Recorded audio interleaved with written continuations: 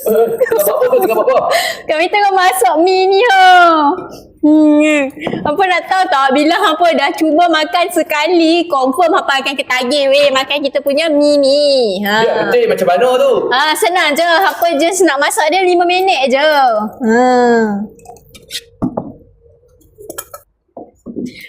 Mi kita pun dah siap. Jom kita bagi dia untuk makan. Nak makan.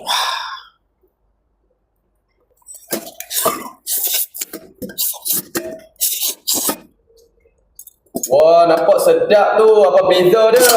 Beza dia kita menggunakan bahan-bahan natural ingredient tau untuk masakkan kita punya mi ni. Kalau macam tu kena masak berapa lama? Selalu hampa nak masak rendang dah ambil masa 3 ke 5 jam kan. Kalau dengan rendang nyonya mi ni, hampa just ambil 3 or 5 minit je. Tengok kita punya paste sejati ni. So, kalau hampa nak try kita punya mi yang boleh buat hampa ketagih sekali makan, hampa boleh grab kita punya nyonya 336 rendang mi ni.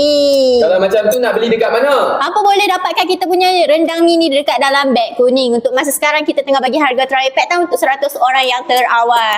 So korang tunggu apa lagi? Cepatlah grab kita punya rendang mi ni.